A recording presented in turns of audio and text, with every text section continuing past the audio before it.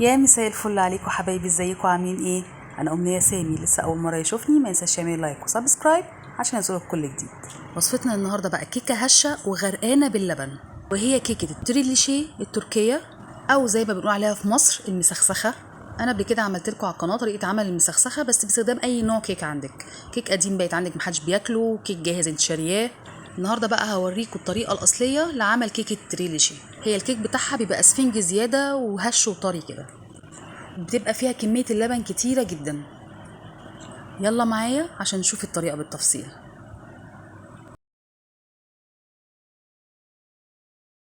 اول حاجة هنستخدمها وهو المكون الاساسي في الكيكة بتاعتنا النهاردة، هو البيض. بنحط 4 بيض مع كيس فانيليا مع كوباية سكر، ونضربهم في مدة لا تقل عن 10 دقايق.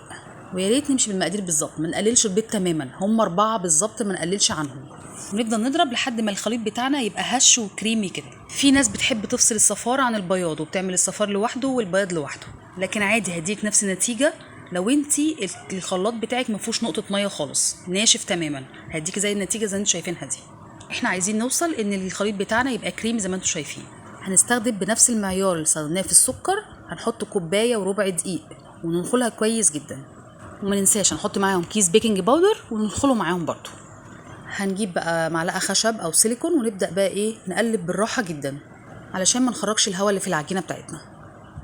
هنا انا كنت خلاص خلصت التقليب بتاعي، والعجينه زي ما انتم شايفينها كده بقت خلاص كله متجانس مع بعضه. هتجيبي بقى القالب بتاعك، ويا ريت يبقى عندك ورق زبده عشان تعرفي تطلعي بيه الكيكه كويس. كالعاده لما اكون بجهز حاجه الاقي الحاجه عندي خلصت، وللاسف ما لقيتش ورق زبده، فقلت خلاص عادي اتصرف. فقلت ادهنه بشويه زيت واعفره بالدقيق.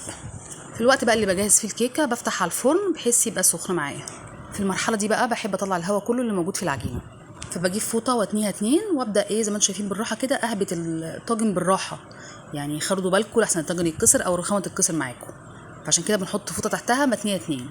هنا الصينيه جهزت معايا والفرن خلاص بقى سخن. هبدا بقى انزل حراره الفرن ل 180 درجه، تاخد معايا في الفرن من نص ساعه ل 35 دقيقه. محدش يفتح الفرن ابدا قبل ما يعدي اول نص ساعه. هنا الكيكه كانت خلصت زي ما انتم شايفين، هنبدا بقى نخرمها بقى كده بالسكينه. هنا بقى في اي بوله كبيره عندنا بنحط 3 كوبايات لبن كبار، ونحط عليهم 8 معالق صغيرين لبن بودر. على فكره خطوه اللبن البودر دي خطوه اختياري، انت ممكن ما تحطوهاش، انا بحطها بس عشان ازود للبن دسامه. هنبدا بقى نضربهم كويس جدا مع بعض بحيث اللبن يدوب. نبدا بقى نسقي الكيكه بكميه اللبن دي كلها، وبعد ما ننزل عليه اللبن كله ندخلها التلاجة عقبال ما نجهز الطبقه اللي بعدها. الطبقه اللي بعدها هي طبقه الكريمه، وهي كوبايه لبن ساقعه جدا من التلاجة، ما تكونش دافيه، تكون ساقعه جدا، وعليها كيس فانيليا وكيس كريم شانتيه.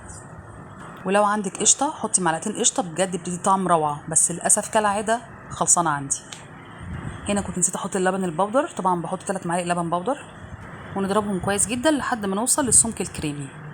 هنا باخد معلقتين كبار بحطهم في كيس عشان استخدمه للتزيين في الاخر. بنبدا بقى بننزل بطبقه الكريمه على الكيكه ونسويها كويس. هنا خلاص كنت سويتها كويس جدا. الطبقه الاخيره بتاعتنا بقى وهي طبقه الكراميل. انا الكراميل عندي جاهز اصلا، بعمله كميات وبحطه في الفريزر وبطلعه للاستخدام. ما حبيتش اعمله لكم النهارده عشان ما اطولش عليكم الفيديو، انا عامله كذا فيديو لطريقه عمل الكراميل على القناه بتاعتي، كنت منزله كذا حلو كان فيه استخدام للكراميل وكنت عاملاه في الفيديو. زي ما انتم شايفين كده بحب اعمل الكراميل واحطه في الازاز بتاعت الكاتشب دي، بجيبها من اي محل مستلزمات مطابخ او محلات اللي هي مكتوب عليها 2.5 والحاجات دي. بيسعفني جدا لو بعمل اي حلويات بدل ما اقعد اجهزه من اول وجديد تاني او بنعمله في النسكافيه. هنا كنت خلاص وزعت طبقه الكراميل كلها، وهنبدا مرحله التزيين. انت لو ما عندكيش كيس حلواني زي حالاتي كده، انا بجيب كيس عادي وبربطه وبعمل خرم صغير جدا في اخره. هو المطبخ كده مفيش حاجه اسمها ما عنديش الاداه دي او الحاجه اللي استخدمها هنا مش هعرف اعمل الحلو بتاعي، لازم نتصرف على طول ونعمل حاجه. زي ما انتم شايفين كده بعمل خطوط بالعرض. هنا خلاص نزلت كل الكريمه، هجيب بقى خله رفيعه كده ونبدا بقى نشد الخطوط دي كلها لتحت، مره لتحت ومره لفوق اهو. زي ما انتم شايفين ببدا اطلع بالخطوط تاني لفوق لحد ما ادينا الشكل ده. وكده خلصت معانا، واستحسن ما نقطعهاش او ناكلها قبل ما ندخلها التلاجة لمده لا تقل عن 6 ساعات عشان الكيك يشرب اللبن كويس والكراميل والكريمه يمسكوا كويس. هنا الصراحه بقى انا كانت عدى عليها ليله كامله، هنا تاني يوم انا بقطعها لكم وعايزه اوريها لكم من جوه عامله ازاي.